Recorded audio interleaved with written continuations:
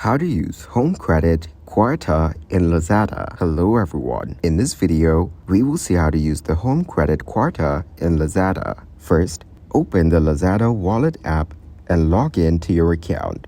You will see different products on the home page. Review all the products and tap on any you want to buy.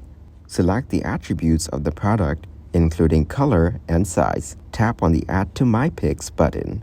It will be added to your cart successfully. Tap on the Checkout button at the bottom. You have to select the payment method. Add your payment method like credit and then enter details. Proceed to payment and your order will be placed. Thank you guys for watching this video. Hope you got some value. Make sure to like the video and subscribe to the channel to get notified of new videos. See you in the next one.